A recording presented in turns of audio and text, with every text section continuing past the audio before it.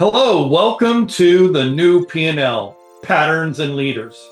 Every month, business leaders review a profit and loss statement to understand the results of their business. But what if there was another P&L? One that reflected patterns, leadership, growth, trust, and human decisions behind those results. Today, we're exploring many questions that business owners are asking themselves. As AI becomes more capable, what becomes more valuable about being human and about the teams that we work with? Joining me today is Kryssi Murrell, co-owner of K&K Accounting Services. Kryssi works closely with business owners every day and really understands how to process, create accountability, nurture relationships, and influence long-term success for the clients she works with. And joining me is Michael Winn, CEO of RBOA. Michael is fascinated by patterns, leadership, and how human growth influences business growth. Well, I'm so glad that we're going to get together again today, Kryssi, and continue our conversation around the intersection of personal growth and business growth. So let's start with this concept. We did this in the last two episodes, and I think it works really well. Let's imagine two companies. Both have access to the same AI tools. Both use automation. Both generate reports faster. Both are creating content faster. I mean, the efficiencies are just really, really optimized and efficient. On paper, their results look very similar, but underneath, they could be completely different. So company A is their employees fear AI. Communication really is beginning to decrease. Seeing signs of trust erosion. People and staff or teammates becoming disengaged, and work kind of becomes just transactional. That's company A.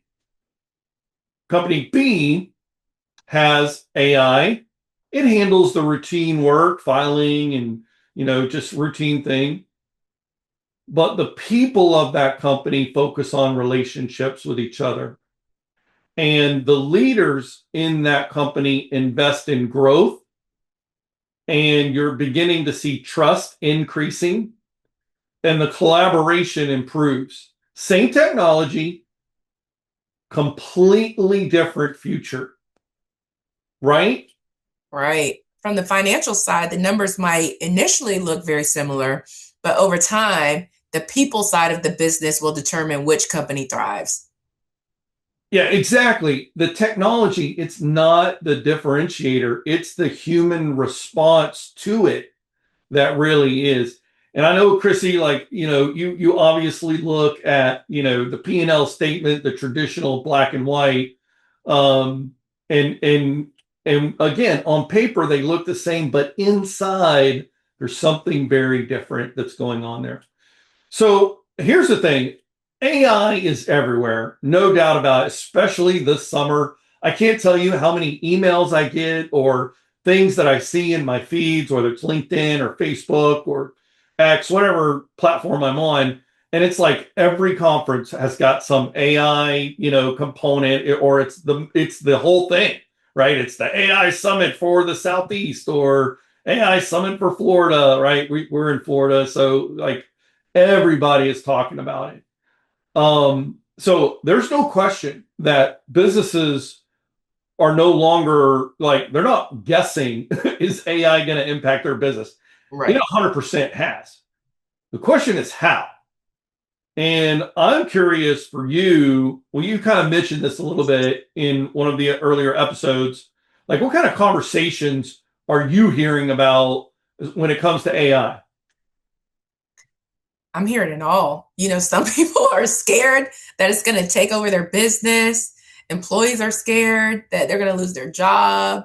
I'm hearing we have to look at AI as a tool instead of looking at it as, oh my gosh, think of it as another tool, a piece of software that's there to enhance your business, not hinder.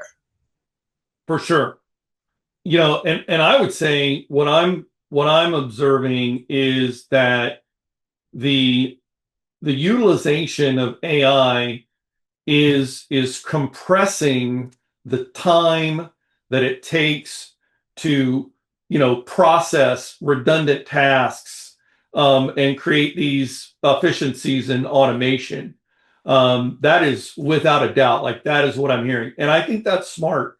You and I both work a lot with service-based businesses, and a lot of that administrative task work, literally, like, this is a great thing. But you're right, like, the people are freaking out. I was talking to my a really close friend of mine the other day, works in a big software engineering company, literally laid off 100 employees last month because they created an agent, took like, everything's done. I'm like, dude, what's going to happen with the rest of the team that's there? Right. And he's like, well, we're having a whole different approach, because now all the stuff that leaders are worried about, all that stuff has been compressed, and it's been replaced.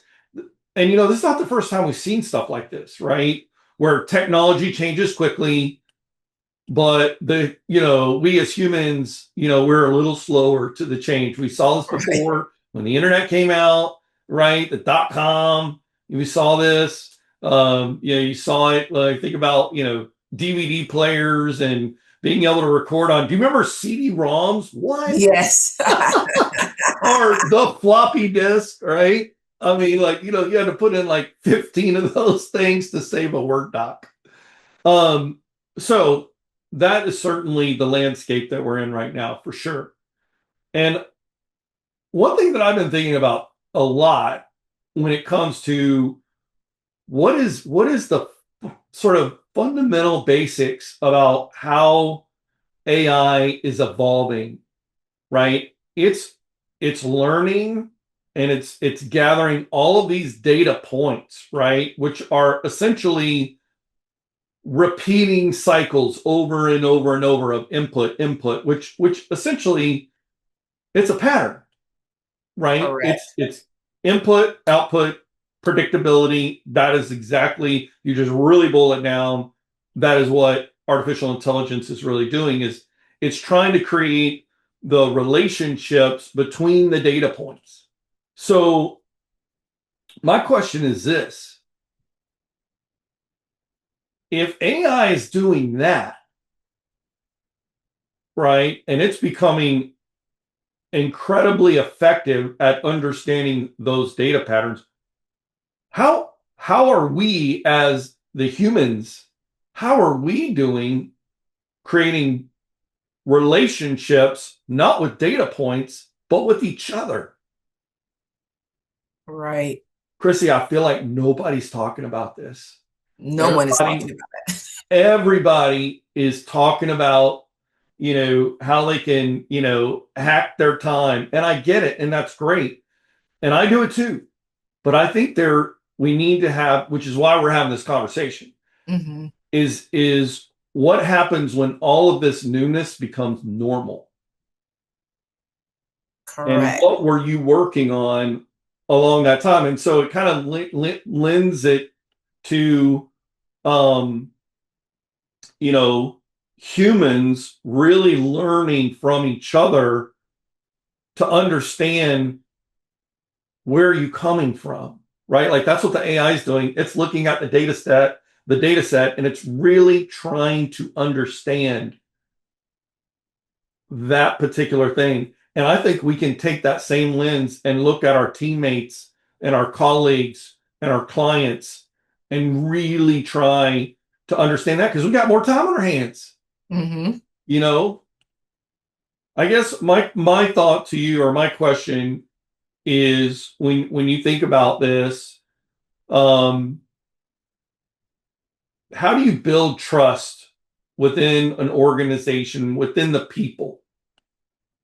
That's a good question, because when you were telling your story about your friend and he laid off the 100 people and you asked him about what about the other employees there? Can you imagine what they're thinking? You know, like what is going through their mind that their coworkers are laid off because of AI and now they're probably sitting there like, oh my goodness. So it starts with that. You have to build trust with your employees first, because what if I'm there every day thinking, is my job going to be gone tomorrow? You know? So I think the conversation around AI needs to be, it's not going to replace you, it's going to enhance you. And that's how you start to build the trust. Yeah. And I just think right now it's unbalanced. There's just Mm-hmm. so much conversation about, Claude can do this and ChatGPT can do this, and it's amazing, right? I hear that every single day.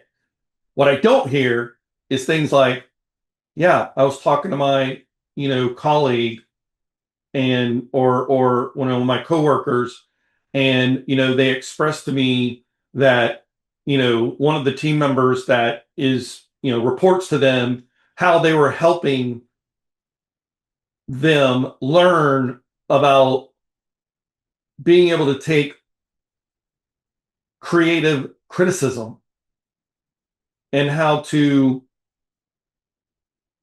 be able to receive it in a Mm-hmm. way that is productive, right? That's a human conversation. Correct. Because I'll tell you this, AI doesn't do anything to create trust. Zero. Zero. Yeah. That's not its job, right? Right. That's not it. And so, because like I said, I think we're in this imbalance of this momentum where AI is compressing the ability to optimize.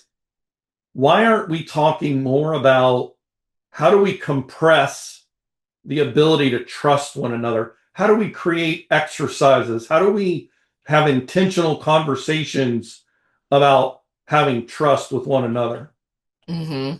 Right? Because Right. I think they can kind of go along in a parallel. We can have a balanced effort of, hey, we got the people who are fascinated by AI and automation, they're real systems thinkers. Absolutely. But then we need the empaths, right? The people who are really good at connection, who are really good at relationships, those leaders in our organizations moving forward at just as much speed and excitement and energy. None of this shows up in a P&L statement. Kryssi, Right. Of course it doesn't. where does that show up, right? Right. Cost of labor, none of this is showing up. Mm-hmm. Yeah, and I was thinking we were talking about growth engines in episode 2, and I was curious, Kryssi, was there anything that lingered for you about your growth engine, how you see growth engines and other people? I'd love to hear your thoughts on that.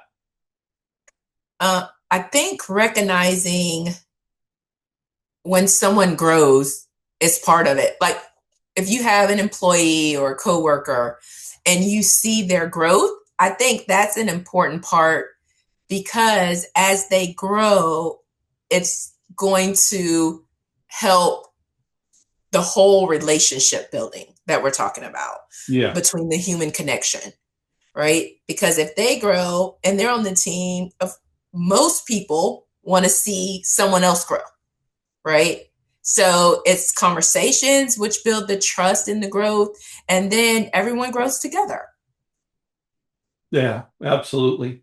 You know, I you and I both come from, the EOS, Gino Wickman, traction book, right? And running businesses with that sort of thought process. And I kind of created this own mechanism for RBOA and for our team where we have these growth profiles, but you would think of them as like a job description.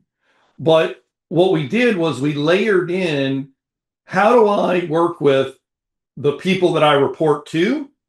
And how do I work with the people who are my peers? And then how do I work with people who report to me? And how do I support them? And that's a part of the job description.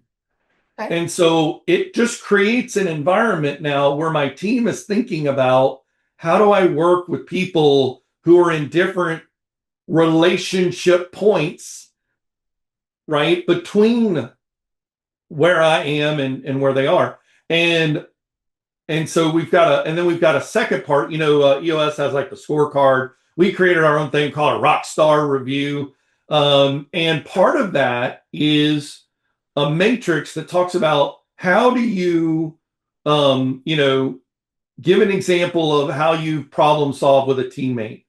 And we do this once a quarter, and the team goes through and they fill these things out. And when I come into the Rockstar review meeting with each team member, they basically just kind of walk through this example file, structure of all these different matrix. But what happens, Kryssi, is I get to hear these stories about how they did this thing with their teammates, how the collaboration actually took place, and I can literally see the growth happening, That's right? awesome.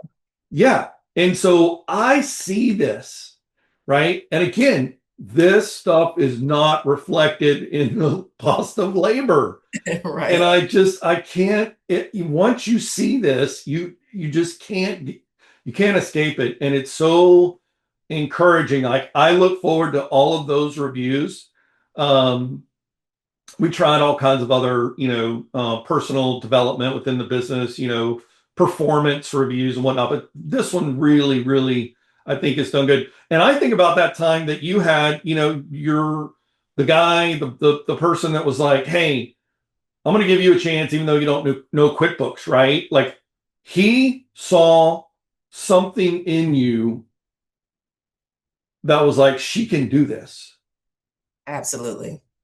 right? And I think that as leaders in the position that we're in is so important right now is, are you telling your teammates that you see potential in them? I mean, that feels like really good energy, Right. you know, Absolutely. Yeah. in a time where that's the thing. AI creates no energy. It just does the thing, it's neutral. It's nothing. You know what I mean?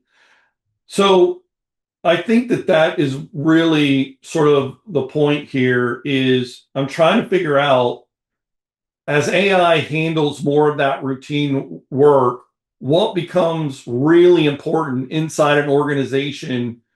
Things like, we talked about trust, but like empathy, communication, creativity, leadership. I mean, what do you think?